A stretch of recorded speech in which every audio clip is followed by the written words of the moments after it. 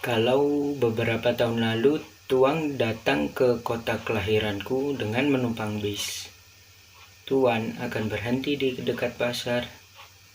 Maka kira-kira sekilometer lah akan sampai Tuan di jalan kampungku. Pada simpang kecil belok ke kanan.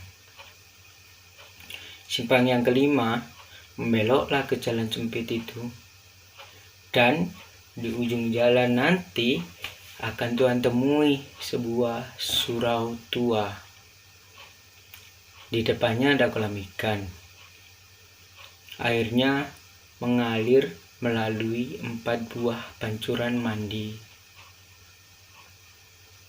Dan di pelataran kiri surau itu akan Tuan temui seorang tua yang biasanya duduk di sana dengan segala tingkah ketuaannya dan ketaatannya dalam beribadat. Sudah bertahun-tahun ia sebagai garin penjaga surau itu. Orang-orang memanggilnya kakek. Sebagai penjaga surau, kakek tidak mendapat apa-apa.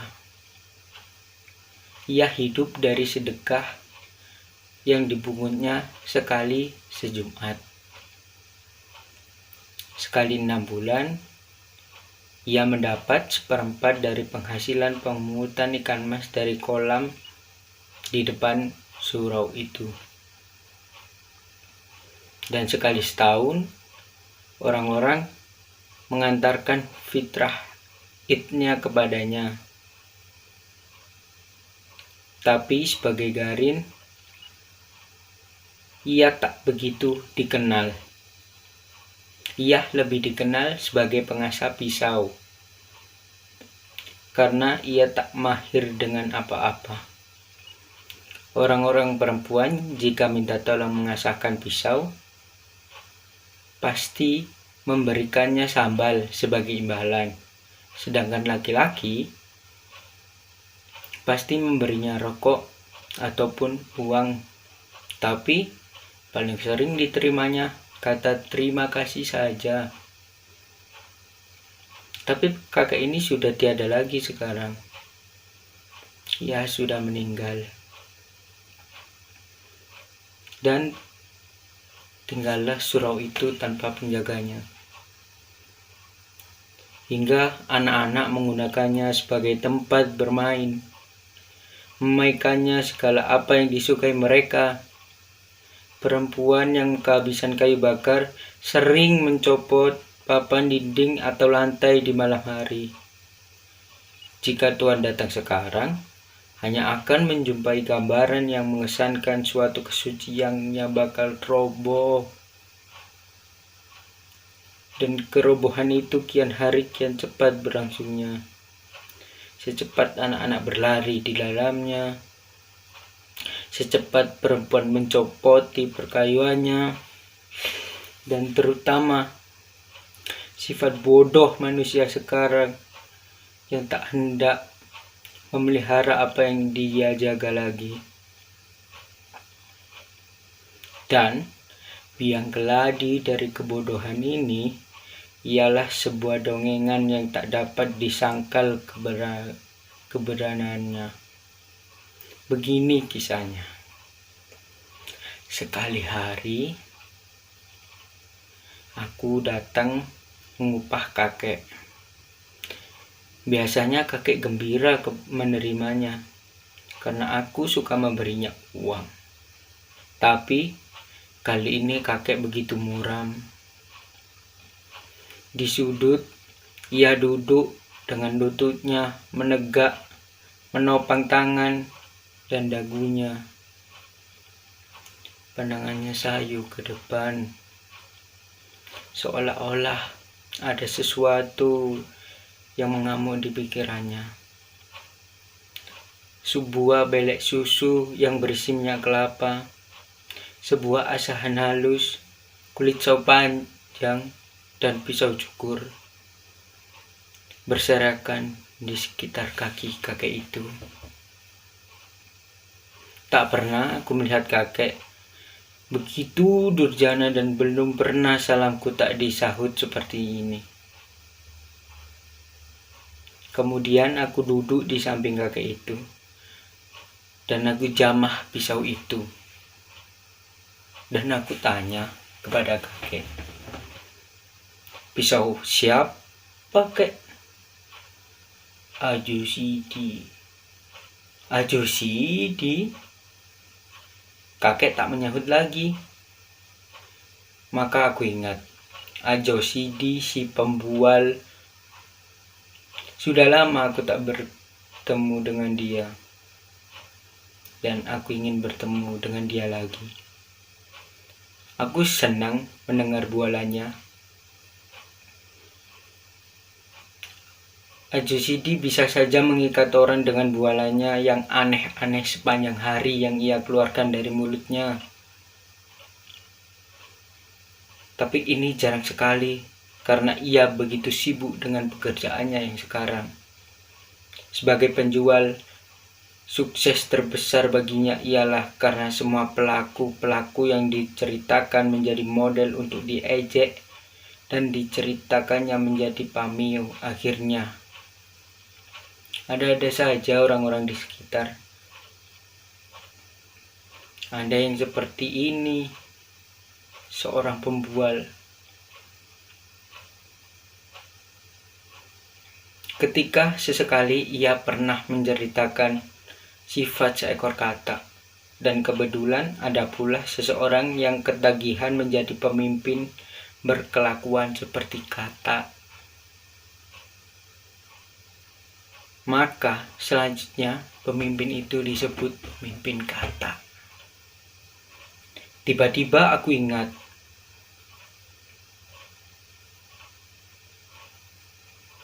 apakah Ajo Sidi telah membuat bualan kepada kakek? Dan bualan itulah yang menyebabkan kakek seperti ini. Aku ingin tahu. Lalu aku tanya lagi kepada kakek, "Apa ceritanya, kek?" "Siapa?" "Ajo Sidi." "Kurang ajar dia." "Kenapa?" "Mudah-mudahan pisau cukur ini yang kuasah tajam-tajam ini menggorok lehernya." Kakek marah. "Marah? Ya kalau aku masih muda, tapi aku sudah tua. Orang tua menahan ragam. Sudah lama aku tak marah-marah lagi. Takut aku kalau imanku rusak karenanya. Ibadatku rusak karenanya. Sudah begitu lama aku berbuat baik, beribadat, bertawakal kepada Tuhan. Sudah begitu lama aku menyerahkan diri ini kepadanya. Dan Tuhan akan mengasihi orang yang sabar dan tawakal." Ingin tahuku dengan cerita Ajo Sidi yang memurungkan kakek jadi memuncak. Aku tanya lagi kakek, "Bagaimana katanya, kek?" Tapi kakek diam saja. Berat hatinya barangkali bercerita padaku. Karena aku berulang-ulang bertanya, lalu ia diam dan bertanya kepadaku, "Kau kenal padaku bukan? Sedari kau kecil, aku sudah di sini. Sedari mudaku bukan? Kau tahu apa yang kulakukan semua bukan? Terkutukkah perbuatanku? Dikutuki Tuhankah semua pekerjaanku ini?"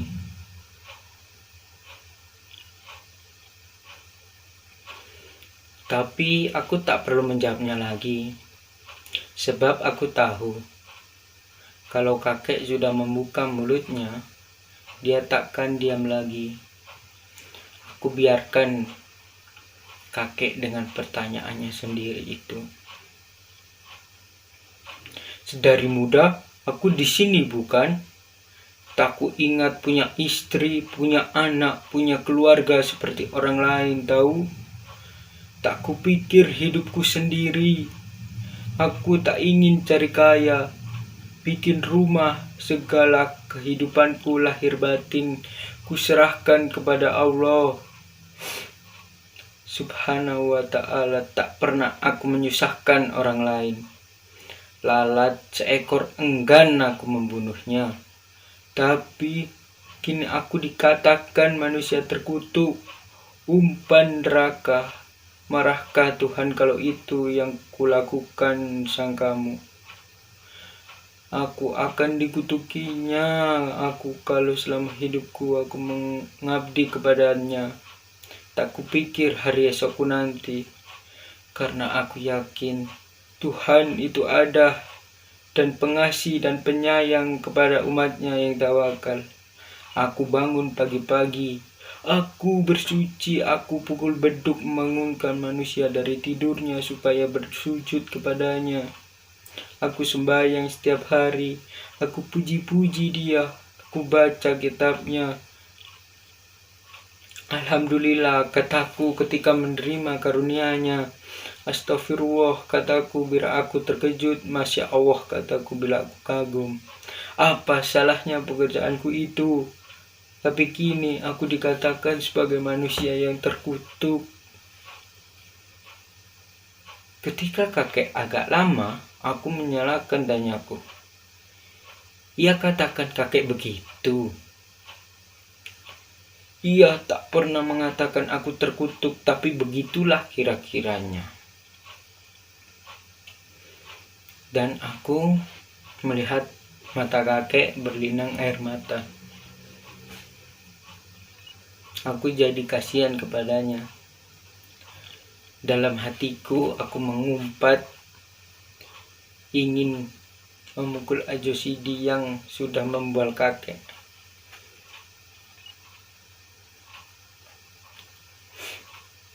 Dan akhirnya kakek bercerita lagi. Pada suatu waktu, kata Ajosidi memulai, di akhirat Tuhan Allah memeriksa orang-orang yang sudah berpulang. Para malaikat bertugas di sampingnya. Di tangan mereka tergenggam daftar dosa dan pahala manusia. Begitu banyak orang yang diperiksa.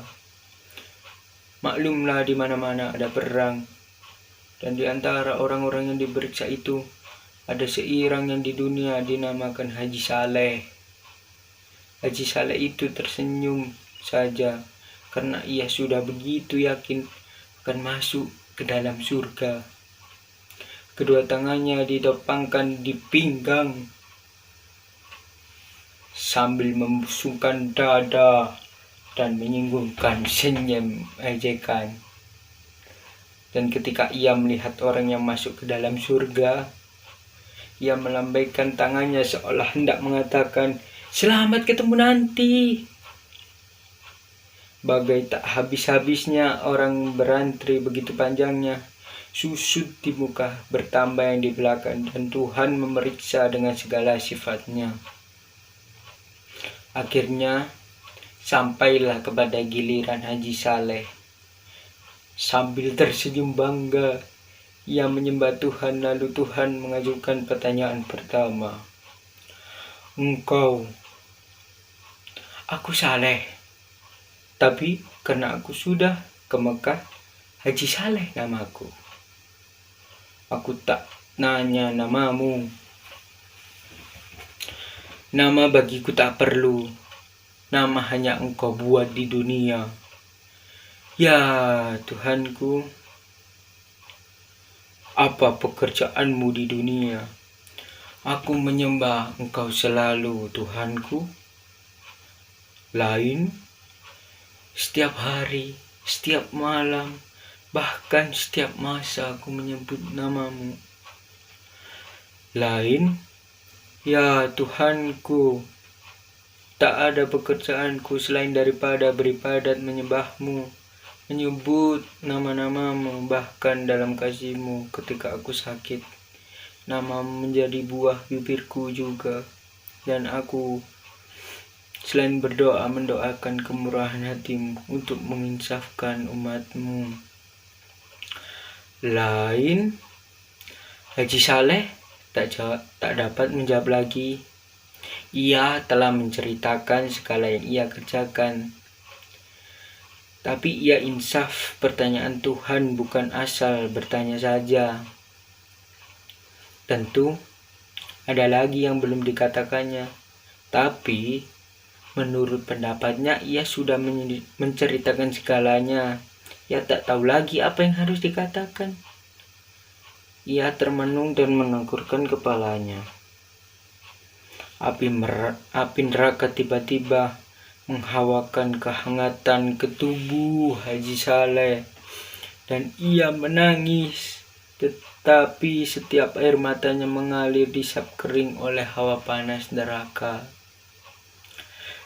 Lain lagi, sudah hamba menceritakan semuanya, oh Tuhanku, yang maha besar lagi, maha pengasih dan penyayang, adil dan maha tahu. Haji Saleh yang sudah kuyu mencoba siasat merendahkan dan memuji Tuhan dengan pengharapan semoga Tuhan bisa berbuat lembut terhadapnya dan tidak Saleh tanya kepadanya. Tapi Tuhan bertanya lagi, tak ada lagi. Oh, Tuhanku, aku selalu membaca kitab-Mu. Lain, sudah kuceritakan semua, oh Tuhanku. Tapi kalau ada yang lupa aku katakan, aku pun bersyukur karena Engkau Maha Tahu. Sungguh tak ada lagi yang kau kerjakan di dunia selain yang kau ceritakan tadi. Ya, itulah semuanya Tuhanku. Masuk kamu. Dan malaikat dengan sikapnya menjewer Haji Saleh ke neraka. Haji Saleh tidak mengerti kenapa ia dibawa ke neraka. Ia tak mengerti apa yang dikehendaki Tuhan daripadanya, dan ia percaya Tuhan tidak silap. Alangkah tercengang Haji Saleh karena di neraka itu banyak teman-temannya di dunia. Terpanggang di neraka, merintih kesakitan, dan ia tambah tak mengerti lagi dengan keadaan dirinya. Karena semua orang yang dilihatnya di neraka itu tak kurang lagi ibadatnya, dan dia sendiri juga tak kurang beribadat. Bahkan ada seorang yang sampai 14 kali ke Mekah bergelar Syekh pula. Lalu Haji Saleh mendekati mereka dan bertanya kepada mereka semua, "Bagaimana Tuhan kita ini?" Kata Haji Saleh kemudian, "Bukankah kita disuruhnya taat beribadat, teguh dalam beriman, dan itu semua sudah kita kerjakan selama hidup kita. Tapi kini kita dimasukkannya ke neraka." Ya, kami heran, tengoklah itu orang-orang senegeri dengan kita semua dan tak kurang ketaatan beribadatnya. Kata salah seorang di antaranya, "Ini sungguh tak adil. Memang tak adil. Kalau begitu, kita harus minta kesaksian atas kesalahan kita. Kita harus mengingatkan Tuhan kalau ia silap masukkan kita ini ke neraka." Benar, benar, benar, sorakan yang membenarkan Haji Saleh. Kalau Tuhan tak mau mengakui kesilapannya, bagaimana? Suatu suara melengkung di dalam kelompok orang banyak itu. Kita protes, kita resolusikan, kata Haji Saleh. Apa kita revolusikan juga? Tanya suara lain yang rupanya di dunia menjadi pemimpin gerakan revolusioner. Itu tergantung kepada keadaan, kata Haji Saleh. Yang terpenting sekarang mari kita berdemonstrasi menghadap Tuhan. Cocok sekali, di dunia dulu dengan demonstrasi saja banyak yang kita peroleh. Setuju, setuju, setuju. Mereka bersorak beramai-ramai. Lalu mereka berangkatlah bersama-sama menghadap Tuhan. Dan Tuhan bertanya, "Kalian mau apa?" Haji Saleh yang menjadi pemimpin dan juru bicara tampil ke depan. dan dengan suara yang menggeletar dan berirama rendah, ia memulai pidatonya. Oh Tuhan, kami yang menghadap-Mu ini adalah umat-Mu yang paling taat dalam beribadat, yang paling taat menyembah-Mu. Kamilah orang-orang yang selalu menyebut nama-Mu, memuji-muji kebesaran-Mu, mempropagandakan keadilan-Mu. Kitab-Mu kami hafal di luar kepala kami. Engkau panggil kemari, Engkau masukkan kami ke neraka. Maka sebelum terjadi hal-hal yang tak diinginkan, maka kami di sini atas nama orang-orang yang cinta kepadamu, kami menuntut agar hukuman yang Kau ajukan kepada kami ke surga, sebagaimana yang Engkau janjikan kepada kitab-Mu. Kalian di dunia tinggal di mana? Tanya Tuhan. Kami ini umat-Mu yang tinggal di Indonesia, Tuhanku.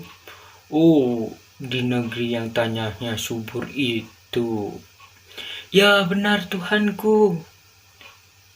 Tanahnya yang maha kaya raya, penuh oleh logam, minyak, dan berbagai bahan tambang lainnya, bukan?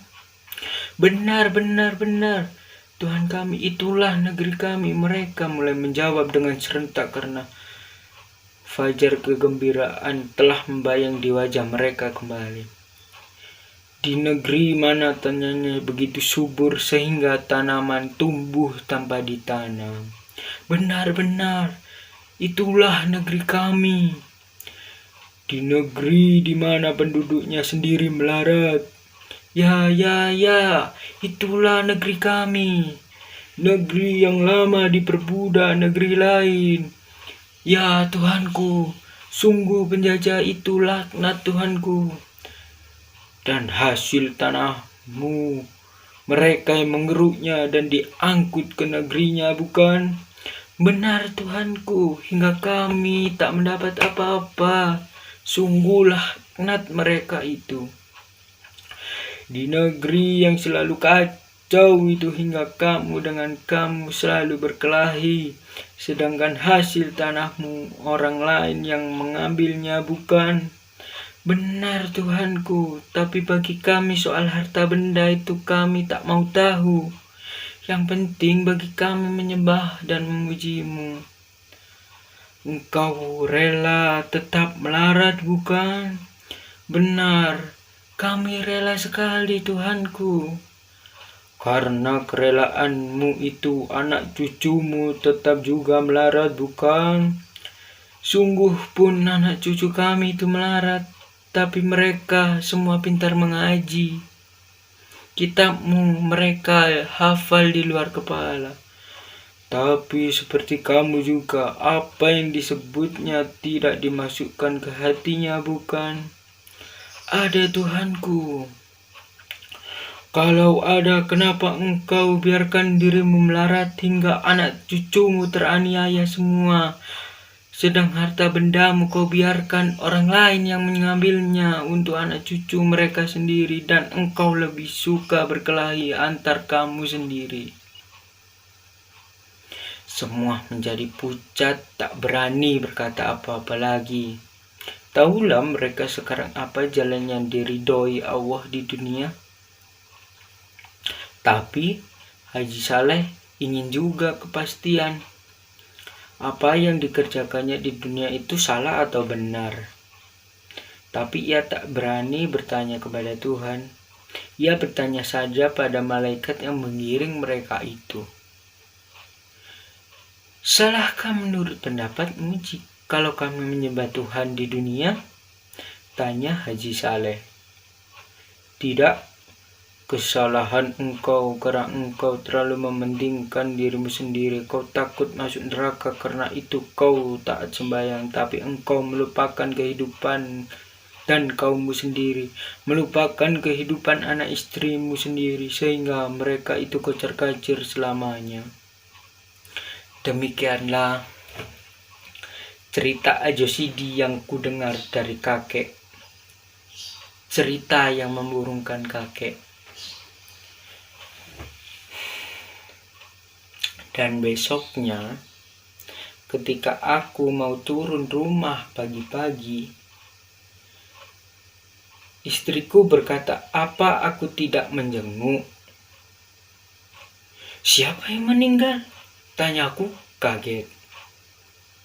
"Kakek, kakek."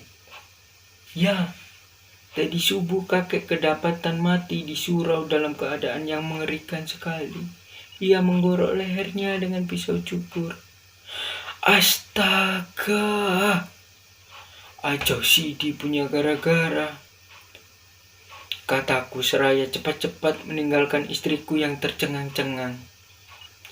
Aku cari Ajo Sidi ke rumahnya, tapi aku tak berjumpa dengan Ajo Sidi. Tapi aku berjumpa dengan istrinya. Lalu aku bertanya kepadanya. Tapi jawaban istri Ajo Sidi, "Ia sudah pergi. Tidak tahu kakek meninggal?" "Sudah, dan ia meninggalkan pesan agar dibelikan kain kafan buat kakek 7 lapis.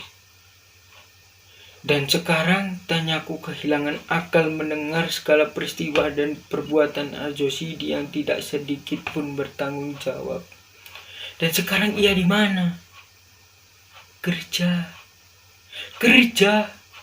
"Ya, dia pergi kerja."